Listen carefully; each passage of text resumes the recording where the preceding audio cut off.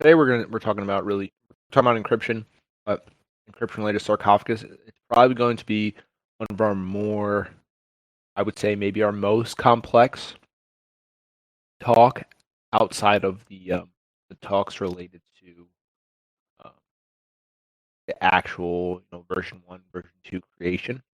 So this is definitely going to be a little bit more complex. I would I try to somewhat simplify it because I know really going into the weeds may not make as much sense. So I took it and I tried to simplify it to allow you to understand it. There are things that I took. We're going to go through really, encryption in general, why it works, what it's used for. We're going to go through the encryption used by Sarcophagus. We're going to go into what's coming with V2, and then we're going to go through kind of like a step-through process of Sarcophagus, what it's going to look like when V2 is done. So as of right now, right, this was based off of some some questions I had before. They were answered, documentation that we had, but things are was likely to change. So this when it comes to Sarcophagus V2, take that with understanding that it's not out yet, right? Until it's finalized, it can always be changed. Right? So please feel free to ask questions. Again, I'm going to simplify this as much as possible.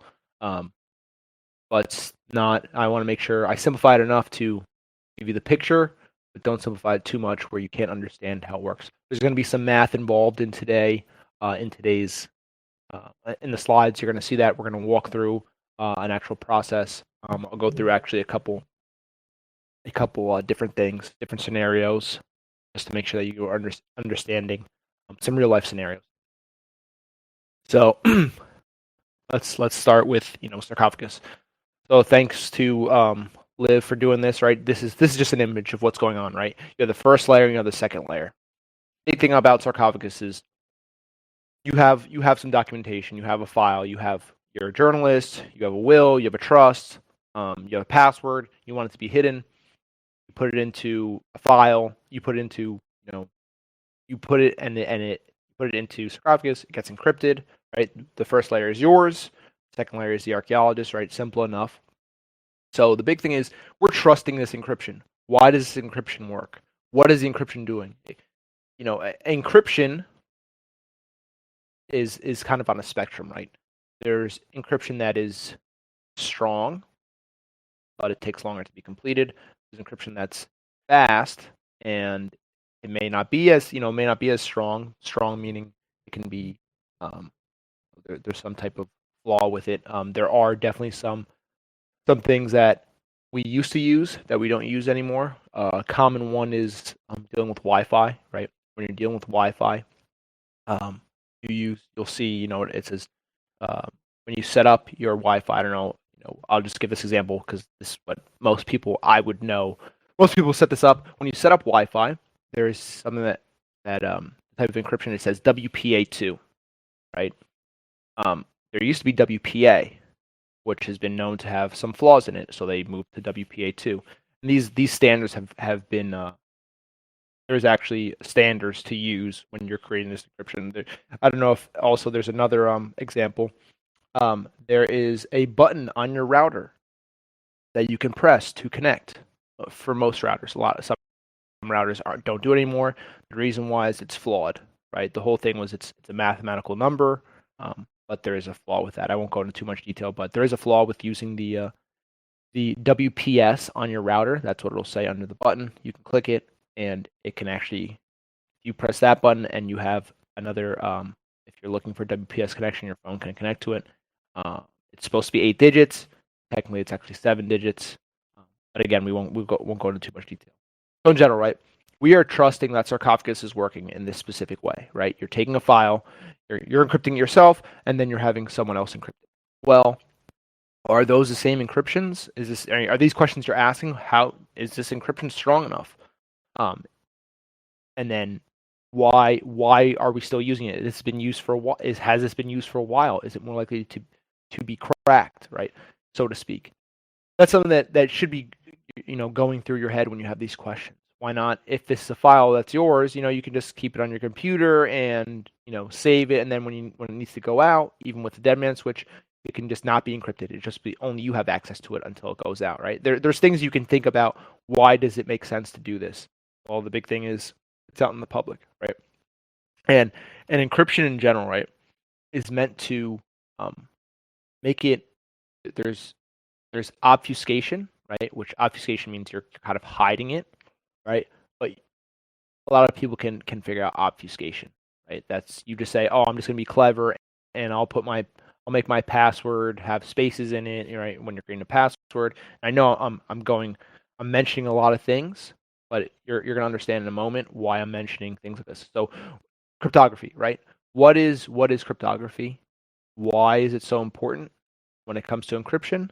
Right? Why do we have to create these files, have them encrypted in first and second layer? What is the point of encrypting it? Why not? You figure out your own cipher, where that's kind of the original thing. So they say cipher is you're changing how a word looks. You have some type of formula to do it. A lot of times you'll see if you were in school as young, you want to pass a note to someone, and instead of you want to say hi John, right? Let's say you're talking to John, you can use a cipher, which actually which is a code that says, okay, well, for the alphabet A to Z, A is 1, Z is 26. You can just move the digits. So instead of A being 1, A is actually 2, and then B is 3, and all the way down. Z will actually end up being 1, right? It comes back in a circle. So that's your cipher. So you can actually encrypt like that, but that's known to be very weak. That's known as a Caesar cipher. It's not really used anymore because of how weak it is, unless you're kids passing notes. But in general, right, you are taking something with encryption and you are making it unreadable. You're not just hiding it in plain sight. You're making it someone's unable to reach that information. That's when we get into actually using cryptography. What is the point of cryptography? 1, it's integrity. 2, it's the confidentiality. 3, it's the authenticity, right? Integrity meaning it hasn't been changed. If something gets encrypted, you don't want it to be able to be changed, right? Because then you don't know who it's coming from. You don't know what that information is, right? That's one problem. 2 is confidentiality. You don't want people to know what this is, right? Think about bank accounts. Imagine if there was no type of encryption, HTTPS, sorry, rough morning. When you're dealing with internet, right? It isn't sent over encrypted airwaves, right? You don't want that information to be seen. If it was, people would know what you're doing. What they would see your bank account information. And last, you need to provide that there's some type of authenticity, right? So, going through this, what is integrity? One way we can see this is there's a hash, right? The way websites actually work is you have a username and password. When you put your password in, typically websites store a hash, right? They don't actually store the word. So let's say super easy password 1, right? The website's not actually storing the password 1. They're storing a hash of that password. They determine what hash that is, what type of hashing they're actually using. It's not going to be SHA-256. For the most part, it's going to be something else. But that is a possibility they could use that. And what happens is you type in, so for this example, you can see that there's A. A is here, right? When you type in A, and I actually used MD5 for this. There's different types of versions of this that you can use, but in general, right? You type in A, it creates this alphanumeric word, right? This is essentially your hash, right? You can't determine that this is A from that number by just looking at it. I mean, no one can. The next thing is that it also can be changed, right? By just capitalizing A, it's a completely different thing, right? It's a completely different hash. So one thing to understand is, one, you're not able to determine that this is one, that you can't reverse it back, right? Typically, it's a one-way hash. You can't go back. You can't see that this is A or this is capital A. That's the first thing. First thing is typically a one-way function. It's typically done mathematically, right? So again, that's why it's much easier for computers to use. And then the next thing is that the strength on this, right, is typically SHA-256 is very strong, and it has not been breached. If you know of SHA, SHA-256 is used because SHA-1 has been actually breached. So that's something to keep in mind. Typically, can a computer determine this? Can a computer reverse engineer this? The way they actually do that is they will just use tons of words, right? I know let me just back up a second. The reason why you use something like SHA-256 is because when it generates this hash, you cannot reverse engineer it, right? That's the point, right? It has to be strong enough mathematically that a computer can't reverse it.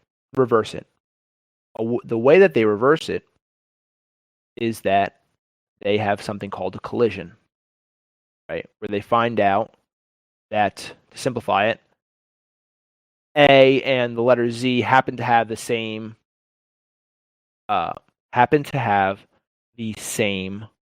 hash. That's a problem. That's a collision, right? So that there are ways to figure out what's going on. Okay, so if we can prove that A and Z are equal, then we can mathematically determine other words, right? It doesn't have to be A. When you make your password, that hash is going to be the same length, but it's going to be a different set of characters. So SHA-1 has had that problem, which is why SHA-256 is used, right? So to simplify it, the next step is the reason why you have a hash and why its integrity is, think about, and the most common way to use this is our websites. You have, it's applications for a website. The website will say, here is my file. This is the hash, right? So it takes all the components of the file. You would put it through something like SHA-256, and it should equal this hash. If it doesn't equal that hash, something has been modified in the file. Integrity means that it has not been modified, and you need to ensure that. So you take a file, you use you apply, the mathematical function to it. It generates an alphanumeric hash. You say, okay, this is what it should equal. If you then if you do that same file and it doesn't come out, then that means someone has modified it. You should not install that file, right? So if you're going to have a file on your computer, you download it and you check the hash and it doesn't match what they have publicly stated should be it, you should not install that. That's something that's very important to verify. If you don't, then you're gonna have a problem, right? That's a big deal, right? So integrity means you need to know that the data is not modified. That's why a hash is used. That's something used in cryptography all the time. You may not see it, happens in the back end all the time. So far, any questions? I know I covered a lot. I know I was a little bit spotty, so I went back to kind of step back and help you understand. Are there any questions? This is super A and capital A. It's just super simplified way of showing you how different it is merely by capitalizing a letter. Okay, can I talk? Sure. Okay, you made mention of that passwords are safe as hash. Yes. So I'm following you for a while now, and you made mention that you can't really go back after Correct. encrypting this. So if someone should encrypt something that he cannot remember, there's no way of going back. Yeah, if depending on what they're using, right? So SHA-256 is a common it is a common algorithm that's used, right? So there's no way really, as of right now, to determine what that password is if it's encrypted, right? That's why if you lose your keys to your, let's say if you have a wallet, right? Let's go back to crypto. If you have a wallet for your Ethereum address, and you lose those seed words, right? Those seed words are actually a hash. They made it easier, but those seed words actually used to be an alphanumeric hash. Those seed words now equal that hash. But in general, right, if you don't have that password, there is no way to determine that if it's encrypted, right? So a website will actually take your password. Let's say it's password 1. They will get a hash, and they will save that hash in their database, right? For the most part, if they're secure, that's typically what they're doing. There are websites that you shouldn't be using that don't do that, but for the most part, that is common practice to save it as a hash. That way, a website really doesn't have access to your password, which they shouldn't. They really should never have access to your password. The way to make that is, okay, we'll have this hash. If you type in your password and it equals that, you type the password, it goes through this algorithm, and it produces a hash that matches what they have in the database, you are now able to get in. Right? Quite interesting. It's something that you may not have ever thought of, but a sound website will, and that has a database that saves your, if you have a user account anywhere, if they're saving it as a password, that is not anything you want to be a part of. I mean, they won't ever let you know how they're doing that, because that could be a problem. But from some that I've done in the past or dealt with, if the company's not saving your password as a hash, there's a problem.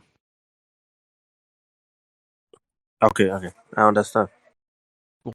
Okay. Thank you. So there have been algorithms that used to be used, and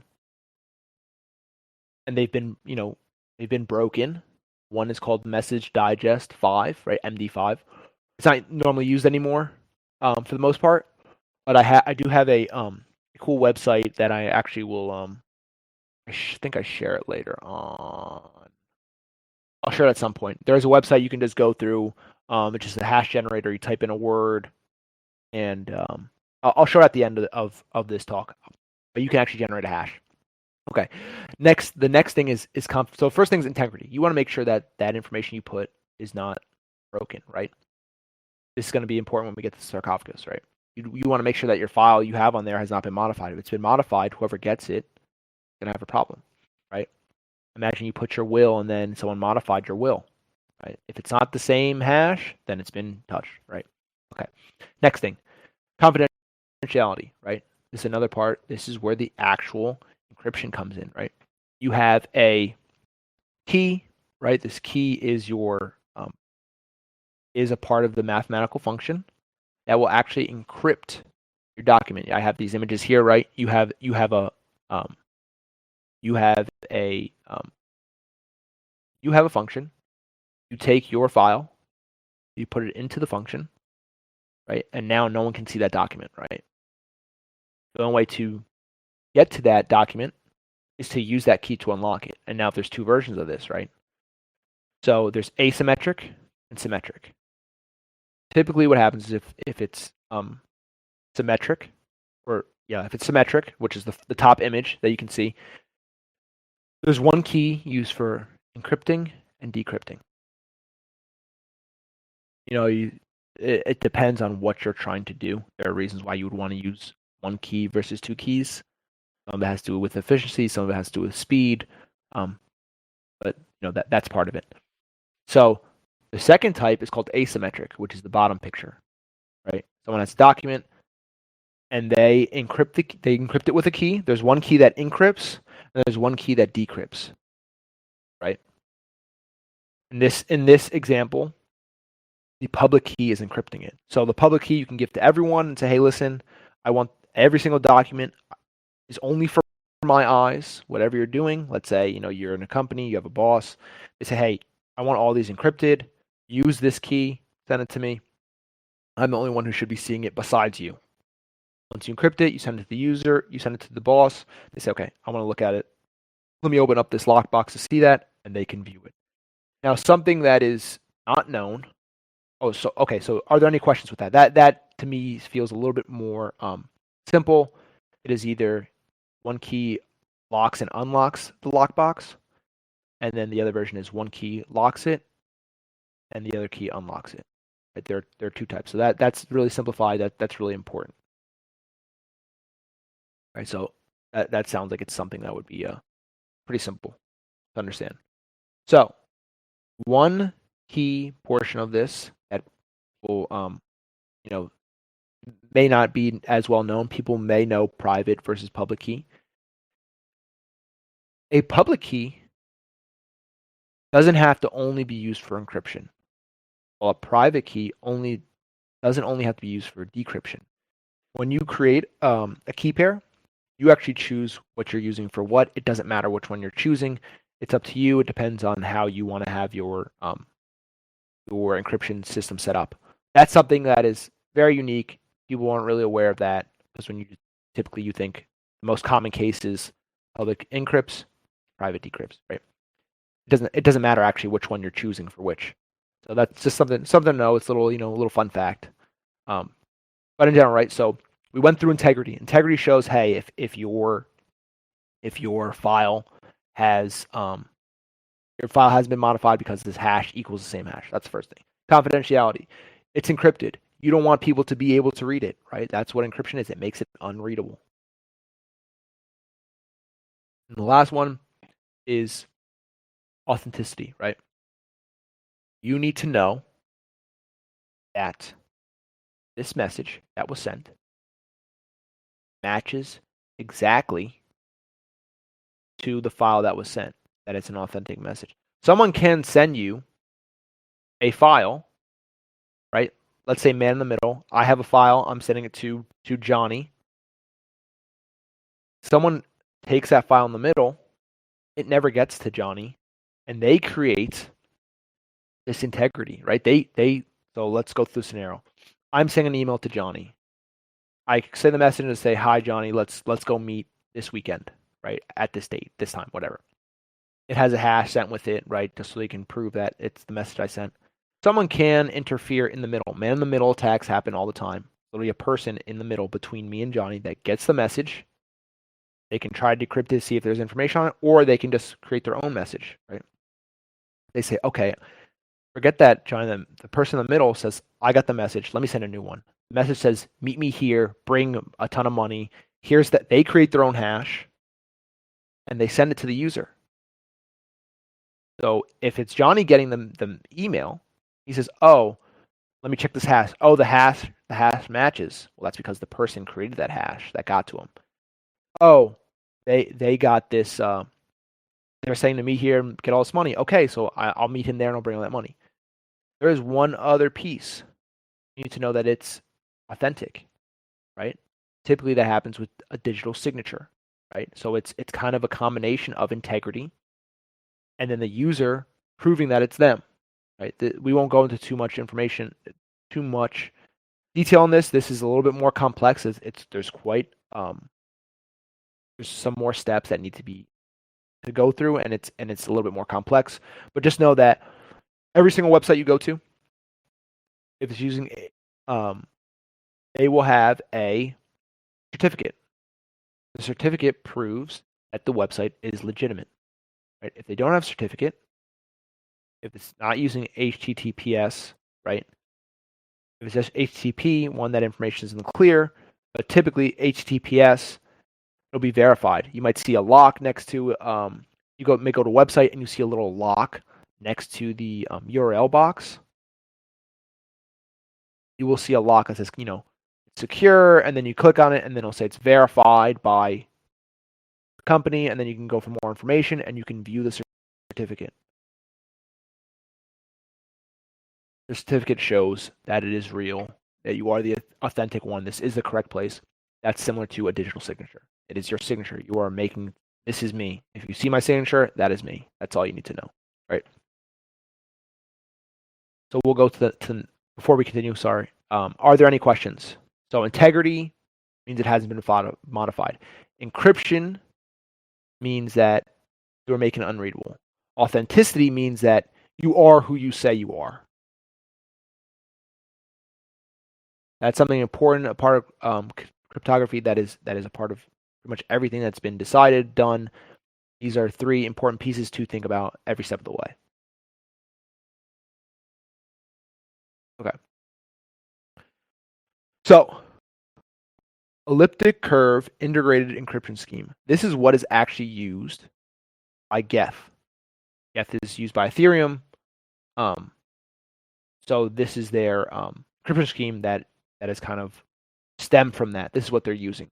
Some things have been taken from Bitcoin, right? If it works well, take it, right? SHA-256 is it's been used for a while, but Bitcoin's really made it known. SHA-256 is something that's there, right? You have the key derivation, right? We won't go into too much detail. That is a little bit more complex, but just know that it is used in this. They have a key exchange protocol. We talked about symmetric keys, right? One key unlocks and locks. We have asymmetric, one key locks, one key unlocks. Well, we need to get the key, right? This key exchange protocol, we need to get it to the right person, right? But how do you do that, right? How do you get that key to the right person and make sure that, do you want other people to use this key? Do you there are things to think about. I only want this person to be able to use this. I mean, at the end of the day, you're going to be able to decrypt it, but we only want one person to be able to do that, right? So ECDH, right? It's elliptic curve Diffie-Hellman, right? This is part of the protocol. It's a modified version of it because of how they use this, but elliptic curve is again a mathematical function on how they decide your private and public key, right? So what happens is, think about a graph. We're actually going to get to a graph later on, talk it through. But think about a graph, right? There is a weird function that is elliptically curved. And so what happens is they choose points for your private and public key. They choose random numbers. Just think of a prime number, right?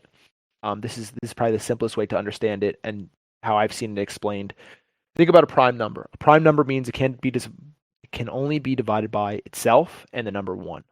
So a prime number is, we have 3, right? 3 can only be divided by itself and 1. 11 can only be divided by itself and 1. So that's fine, right? The initial numbers are easy. As those numbers become so much larger, it is much harder for a computer to determine that, right? So if if I'm saying if it's one digit, if it's 11, right, the computer actually has to try to divide every single number up to 11. When you get to 1,000,000, it has to divide every single number up to 1,000,000. So now, take into the account that it's not just one number. The final solution is one number, but it's made of different parts. You'll see something like y squared equals x to the third plus ax plus b, right? It's a complex formula, and typically it's hard to get to those. It's hard to determine what prime number, what the actual result is of this formula. This is done very fast. SCP-256K1 is how this elliptic curve is determined. It's something that was again used by Bitcoin and has been used in other cryptocurrencies. This is how that number is determined, right? This is how the elliptic curve is determined, right? So first, for the elliptic curve, it gets this prime number, right? It's a random number, it's a random generated number that's going to be used in this key exchange, right? Then you have Diffie-Hellman. This is one of my favorite things. This was really what got me into cryptography and made me think like this is incredible how this is done. Diffie-Hellman, right? This is another form of key exchange protocol where you want to give someone a key and you want to tell them a secret, but you don't want anyone else to know that secret. So how can I, in public, give someone a key, right? I'll put this key out in public on a wall, right? Say, listen, whoever John is, whoever, Jane Doe is, you have to take this key, and your key plus my key will equal a secret phrase, secret word, right? And I'll go through a better example right now, right? Think about colors, right? Let's say there's 10 people in the room, and I say, hey, I only want to choose one of you. Each of you has a color, right? Just think red. So one of you has red, one of you has blue, one of you has green, one of you has orange, right? Let's say my color is blue. right? And we'll get to this. I think I have the I can pull this up too. Right. You want to get this, it's called the common secret, what you're sharing. So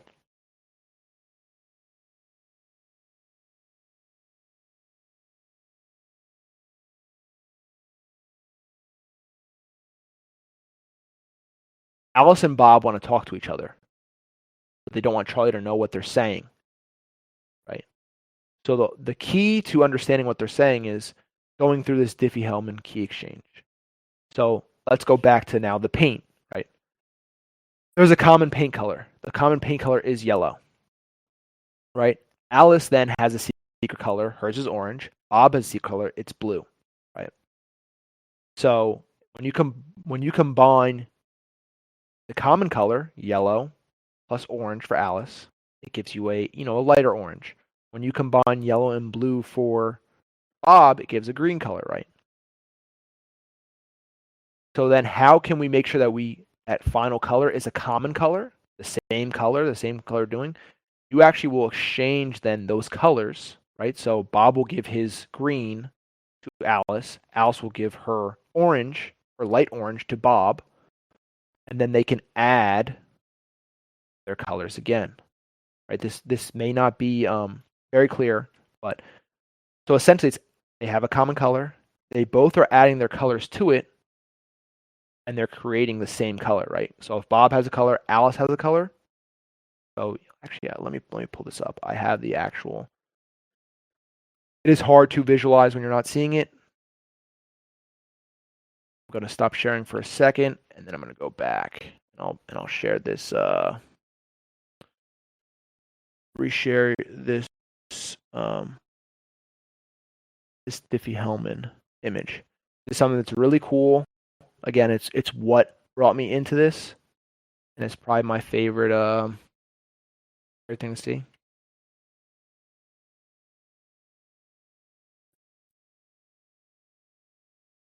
And then we're going to bring it back.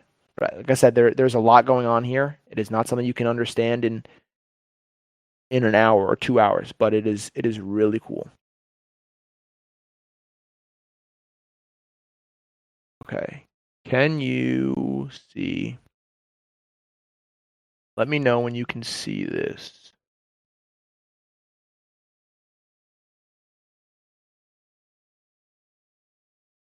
Okay, can you see this?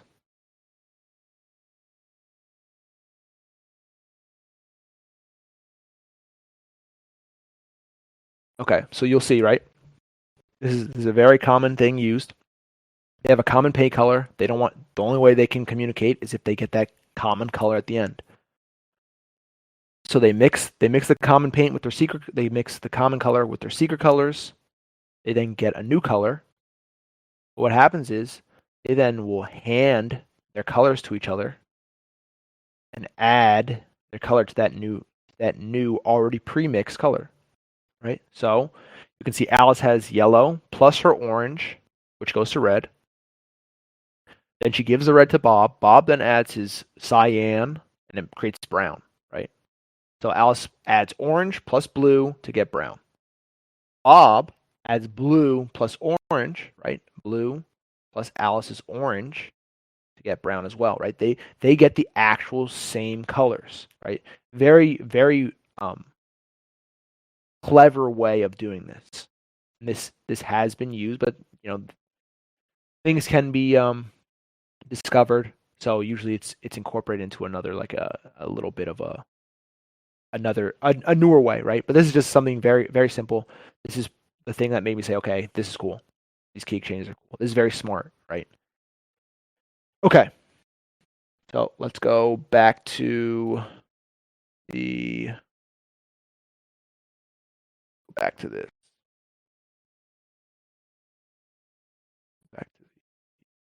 talk.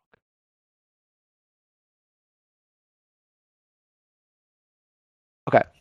So you have a way to determine what the keys are. You have a way to share the keys. So they kind of do this in combination. And the final thing is there's symmetric encryption used, right? AES is what's used on WPA2, right? That's all Wi-Fi routers now, they have this AES completed, right? That's what's used on routers nowadays. That is a common standard. We're going to be going to a newer standard soon, but it takes time, right? So that's not going to probably be happening for a while. It's AES 128 because there is a key involved in this. We won't go into this too much, right? But the reason why some symmetric encryption is used is it's very flexible and it's very strong, right? That's why it's used. So we'll go through this now. This is now the complex part, but I laid it out to kind of make it a little bit simpler, right? So the left was each step used in this encryption scheme. The right is actually seeing it in real life, right? So Alice has a private key, right?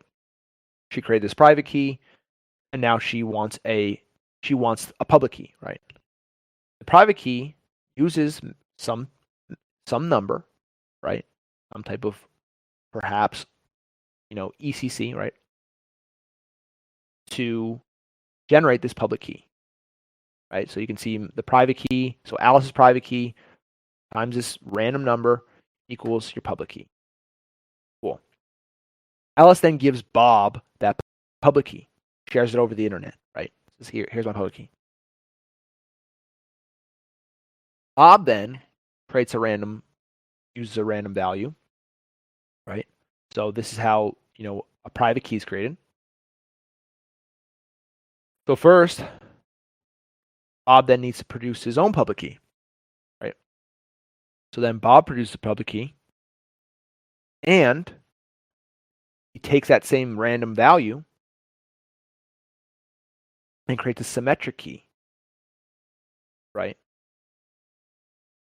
So when that public key is created and the random values, and you can see that G is down here and G is up here, well, that's because the elliptic curve is used there, right? So you can start to see these pieces are coming back, right? There's a way to mathematically come back to these portions, right? So you have this key, right? You have the public keys created and a symmetric key is created. Well, when you have both public key and symmetric key, you can actually come back to what the information is actually saying, right?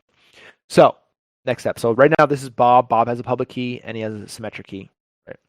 Bob created this public key using this random value and the elliptic curve, right? Created a symmetric key using the random value and the public key of, you can see this public key X, right? This is how the symmetric key is created. It uses a random value and a public key, right? So Alice knows the public key. Alex doesn't know this random value. Alex knows the elliptic curve that generated this public key, which this should be public key Y. Alex knows what the elliptic curve is, but doesn't know this random value. So it says, okay, mathematically this can be determined. So that symmetric key that Bob created was given to Alice, right? That symmetric key is used to encrypt actually some text, right? So that text that is now encrypted is given to Alice, and Bob's public key is also given to Alice. So now Alice can calculate the symmetric key and decrypt the message. So we saw before, right? Our public key was generated using a random value, elliptic curve. So we can find our way into this, right? So we have our private key and the user's public key, and that equals the symmetric key, right? That's how it was determined. That's how a symmetric key is determined, right? You need the random value plus the public key. You can see up here, random value times the public key will give you the symmetric key. So we have the public key and we have our private key, right? Well, we also know that the private key uses elliptic curve,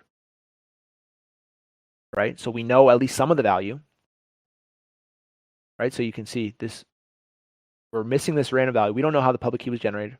We know that a random value was used. So right now we're stepping down, right? Then we say, oh, this looks familiar. Private key times elliptic curve, right? You're using the elliptic curve. Generate our public key, right? So we went and we extrapolated what the actual key is, right? We step down, right? You see, we have the private key in there, public key. Well, we know that G is in here, right? So let's see if we can maneuver with our public key. So we take one step down, we have private key times G. Oh, this is our public key. So R times public key. Okay, so if we can extrapolate our public key from this, we can get this random value. We can figure out the symmetric key. When we have the symmetric key, we can now decipher that text, right? So again, this is all math. All of this, how this stuff works, is math. Very, very clever, very, very sophisticated math. This is much more simplified than what actually goes on, but I figured it was a good way to understand it, right? We have a private key. We use a mathematical value to generate a public key. We then give a public key to Bob. Bob then says, well, I want a public key. So I'm going to use a random value and generate a public key. I'm also going to use that same random value to produce my symmetric key, right? And they say, okay, well, here's my text and here's my public key. Can you figure out what it is? Well, then we go through and say, okay, well, we know the symmetric key is, the user has their public key.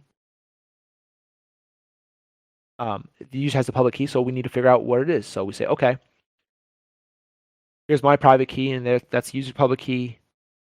Well, I know that they use a random value, but I also know that to generate a public key, you need to use the same formula. Okay, so far so good. We say, oh, to generate this, we also use our private key. Well, private key times that elliptic curve value gives you a public key. Okay, we extrapolate everything. We know what the random value is because we know what the public key is. So then you get this value, right? This divided by that will equal that, right? So very, very clever math, very, very sophisticated. But when you start looking at it, that's how it's done. Make it easy, right? You can actually understand it. Again, this is super simplified on what actually goes on, but this is important to understand. Why are we using a public key here? Well, you use public key because you want to encrypt something, right? Well, then why is symmetric key also used? Well, because one, the public key is generated based off the private key. So you actually have keys, you know what's going on. Then you have a symmetric key because that also does an encryption on a file. Right? It is both used because using one alone is not strong enough, right? So both are used, both public key and a symmetric key. Very, very clever, very, very smart. This is widely, maybe not this exact encryption scheme, but in general, it is not common to see multiple types of keys, right? Having symmetric and asymmetric in here because of what it can do, right? Just having one alone, right? Normally people see the key exchange protocol, the elliptic curve Diffie-Hellman. They don't use it as often, right? They're still using it, but there's a slight flaw. So they said, okay, well, let's take the best of both worlds. Let's just use both to, it can be a little bit longer, but the thing that's nice is elliptic curve cryptography is that's very fast. So that allows us to be faster, still efficient. And this is what is actually going on in the background when they're talking key exchanges, when they're talking about Sarcophagus. This is actually what's going on in the background, right? This is what's being used for the encryption on files, right? Understand that this is going on every single time. You may not know it. Computers are very good. Computers aren't good at a lot of things, but they are good at doing what you tell it to do. One of those things is math. They are incredible at math. This can be done by a person by hand. It would take a very long time. Or you can use a computer that does it incredibly fast, in a blink of an eye. So this is the scheme that's used by Ethereum, therefore used by Sarcophagus. Okay. So this is what's going on when you have a file. So we're not done yet, right? So we talked about Sarcophagus. You have the payload. Oh, so before I go on, are there any questions on this encryption scheme? There's a lot going on here. And again, this is not going to be it is not going to be 100%. There are technicalities in this. There are things that I simplified to allow you to understand. But this is to give you an idea, right? This is what's going on. There's sharing, there's math going on. There's a lot of math going on. I keep saying math because that's how important math is to this. Math is everything for this. If it weren't for math, we wouldn't be doing this. But in general, because of how the private key and the public key are given and how they're generated, you can actually come back and determine what another key is based off of that, based off how they're determined. Okay, so now we have Shamir secret sharing, right? So if we go back to the first slide, we have this first layer of encryption. I myself am encrypting it, and then sending to an archaeologist who's encrypting it, right? What happens if that user goes, what happens if the archaeologist goes down? What happens if they decrypt and there's only one layer? Then anyone who has this key can unlock it. Right? There's a reason why we use 2 layers instead of just 1. If we just use 1, you could just do this yourself, and there would be no reason to have a dead man switch, and that's it, right? The dead man switch allows something to say, oh, something's wrong, I will decrypt it, right? These two are the incentive for each of these is completely different. They don't know each other, which is the reason why you have this 2-layer of encryption thing. But again, the most common thing I've seen is, common question for V1 was, what happens if the archaeologist goes down? Well, for the most part, you're going to have a problem because you're not going to be able to, if your dead man switch is trying to trigger, it's not going to trigger, right? Or if they decrypt it too early, well, then you're stuck with 1 layer of encryption, and pray that it works, pray that it holds on, right? So again, we're going to simplify this explanation.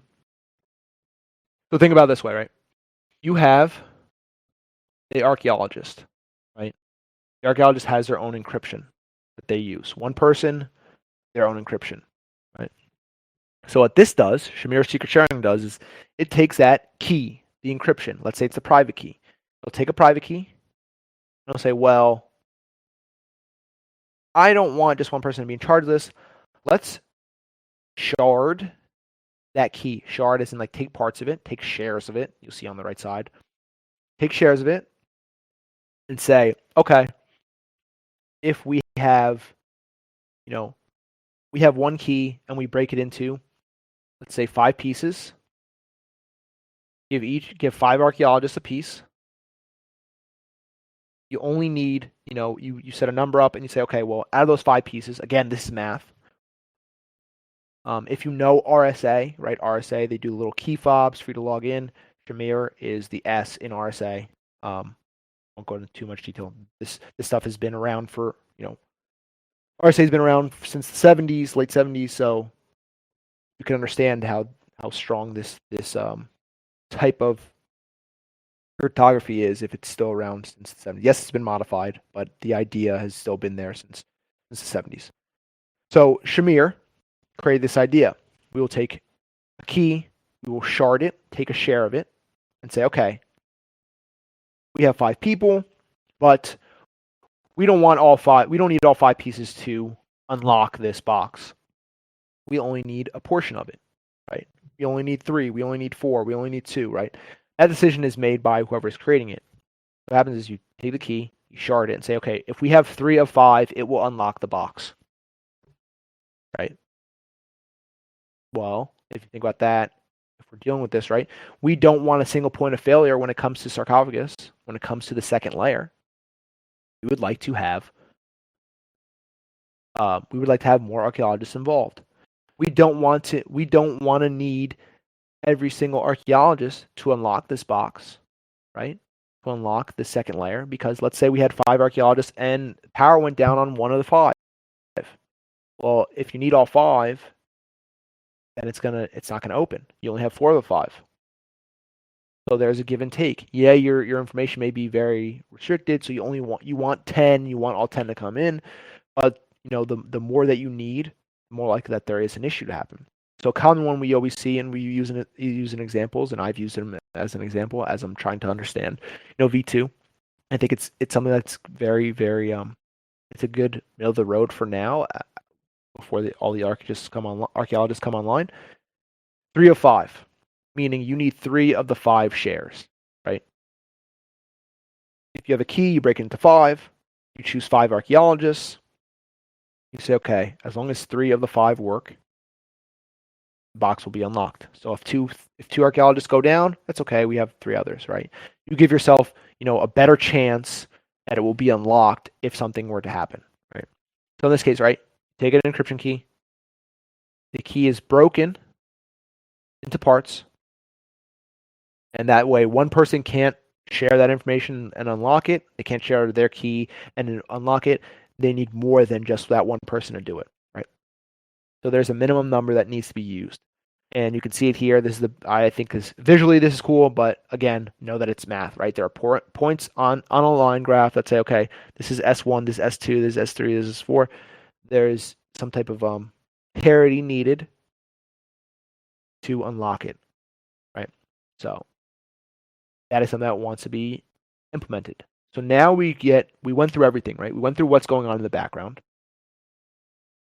We went through what cryptography is.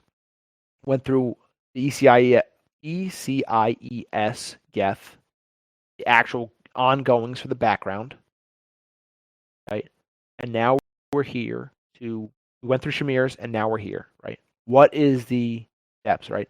Now this is from GitHub. It was taken quite a few months ago, right? There are things that have changed, and there are things that are the same, but in general, right? Let's go through the process. An embalmer has some data that they want to keep encrypted. They want to use Dead Man Switch for. They want to use Sarcophagus for. They take their public key, and they encrypt the first layer, right?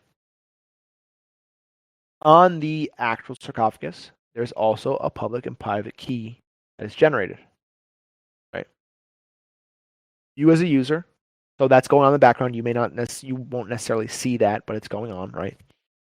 You as a user, as an embalmer, let's say you're the embalmer, you will choose M of N. N is the total amount of archaeologists. M is the minimum number you require. Right? M, that's what's nice. M, minimum number of archaeologists you wish to determine this. Again, I simplified it because these steps actually occur in a very specific fashion, but I'm simplifying it. Right? You're choosing the M of N. You want 3 of 5 archaeologists. So you need 3 of the 5 archaeologists that are selected to be able to decrypt it. Right. The Shamir secret sharing scheme takes the key, the generated private key, public key, and says, okay. So the private key takes the generated private key, right? You just generate this public and private key was generated. It's going to take it's going to take Shamir. It's going to put it into Shamir secret share. It's going to shard that. It's going to create 5 pieces of this private key, and it's going to give it to each of those archaeologists, right? But the way it does that, right, is there's steps involved in here, right? Each archaeologist is going to encrypt that shard, right? So they know, right, that the only way that you can get to this shard is through using my private key to decrypt what I've publicly encrypted, right? So that way you can put the shards on chain. They're still encrypted, right?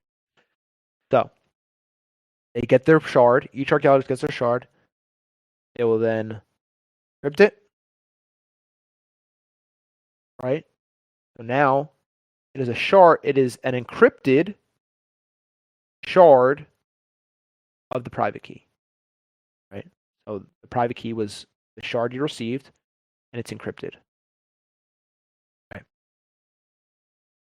So you see that this is where I come in and say, it's not exactly in this order, but the inner layer is then, so this is the public and private key that was encrypted, right? That is generated. The inner layer, I have this, this is where I actually this portion I have that is incorrect, but in general, I have the inner layer, right? That first layer is encrypted by the generated public key, right? It's this the second layer that's going on here, right? This shard. This shard is made up. When these items get sharded, they are encrypted, right? So the private key is now hidden away. This public key is now used to encrypt that first layer. So Embalmer creates a public key, right? They encrypt their first layer. This public and private key is generated, right? So those are held to the side. The user determines the amount of archaeologists and the minimum number. Shamir secret sharing creates that, right? creates the shards based off of that private key. It then gives it to the archaeologist. Each archaeologist then encrypts their own portion, right? And I say, okay, cool. All those private keys, the private key is encrypted. Let's now wrap that first layer with the previously generated public key, right? So now we're good, right? So there are two pairs of keys going on here, and there's also Shamir's secret sharing going on, right? So once more, an embalmer has a data file. They encrypt that data file using their public key, right? That's the first layer. First layer is sitting there, and now it's waiting to be encrypted, right? So how do we do that? We generate a public and private key, right? You give it to the archaeologist. You give the shards to the archaeologist chosen. The archaeologists say, okay, well, I don't want anyone to know what the shard is because the private key, right? Private keys are important. They're going to encrypt that for themselves, right? They have those private keys encrypted. Okay, now the private key is encrypted. Let's go ahead and use that previously generated public key and encrypt that first layer. We now have two layers, right? So now the only way to get to this file is it's time. It can either be time to unwrap, or the archaeologists are bad actors, meaning they're malicious. They're evil people. They have to decrypt the shards and then put them into the lock to try to decrypt it. You need at least 3 of them, though. So you need 3 of the archaeologists to come in, decrypt their keys, put those keys together to create the private key, and then unlock the outer layer, right? Again, very cool, very clever, and at the end, there is integrity. The only way you can know that this is coming from that is there are actually hashes going on in the background. This is something that's not I didn't cover in the ECIE yet. In the encryption scheme, there's integrity going on in the background. There is like a hash check, or HMAC. There is confidentiality, right? No one can see what this file is. You have encrypted it, and then there's an encryption of the second layer of encryption, right? There's an encryption of the private key of the second layer, and then it's authentic. You're the one who puts it in, right? You're the one who puts the file in. Again, there's something going on. There's an HMAC going on. There's this hashing going on in the background that you're not seeing. But in general, right? This is how Sarcophagus is going to work. It seems very complex, right? But it is taking those building blocks that we talked about. It is taking elliptic curve. It is taking Diffie-Hellman. It is taking AES. It is taking SHA-256. It's taking HMAC, which is we didn't discuss that because it's a little bit more steps, but it's pretty much a check to make sure that it is correct. That's all going on in the background. But all you're seeing is you put a file in, it's encrypted, and then these archaeologists get the shards that can decrypt the second layer. But there's a lot going on here. There's stuff going on in the background. So are there any questions? Right? This is the idea. This is the basic idea of how the encryption path is going to work. The reason why you don't just encrypt this immediately, right? The reason why you don't encrypt this immediately, right? You encrypted the first layer, and then you generate this public-private key. The reason why you don't encrypt it immediately is, you could do that, but one, there's obviously some ETH you have to worry about. There's some checks you have to do. So that's actually what's going on here, right? You're going to upload the payload and public key, right? Payload. This stuff is actually what's going on. But again, this is simplified. The reason they happen in this order, there are checks going on every step, almost every step of the way. The reason why it's not almost every step of the way is because it actually has to get to the step that checks it, right? So when you upload a payload, there's nothing to be checked there. So pretty much every step that can be checked will be checked. That needs to be checked will be checked, right? So you encrypt the payload with public key, right? This is the inner layer. You're then checking the hash of encrypted data, right?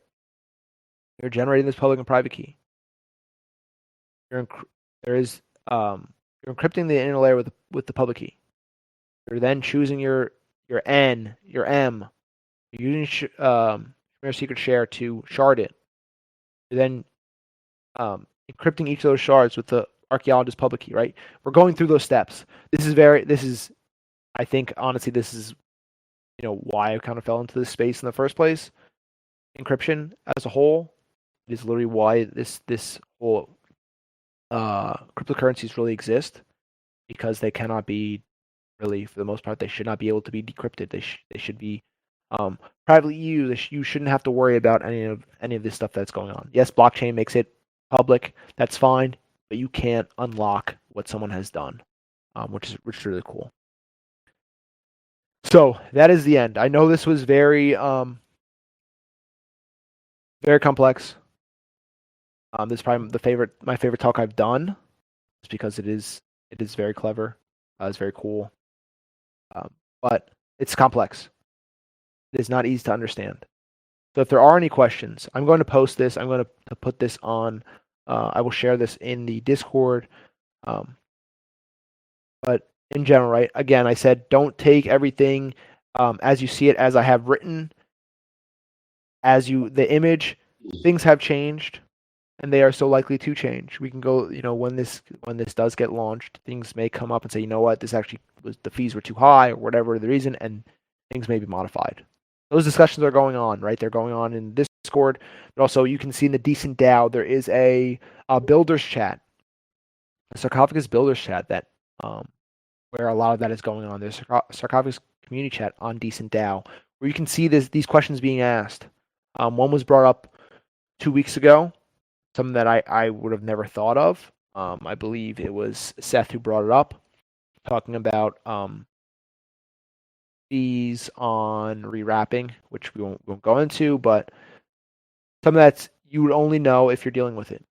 And me personally, the exact way to handle it, the best way is, okay, well, one way is you have to determine fees. You have to take that into account. Another way is how efficient is the encryption. The more gas required, the higher the fee is going to be. So that's something to keep account. But you want to also keep your file secure. Security is paramount, right? Confidentiality is paramount. But to what degree? I don't want to spend, 1 ETH to be able to encrypt a file that is just my password. I'll save that on my computer. But if it's something important like 1 ETH to save a will, maybe you'll do that. So that's something to keep. There are trade-offs, but it's cool to think about because it does affect what's going on. But that is all. That is all for today. It is, again, feel free to ask questions, reach out. I will post this in the technical channel, and Johnny has a video for this. And yeah, that'll get posted. Let me know if there are any questions before we end this.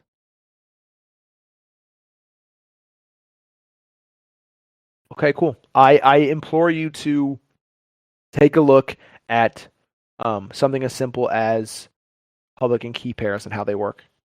I mean, that's where you really get started. Why integrity, confidentiality, and authenticity is really important. Thank you, everyone.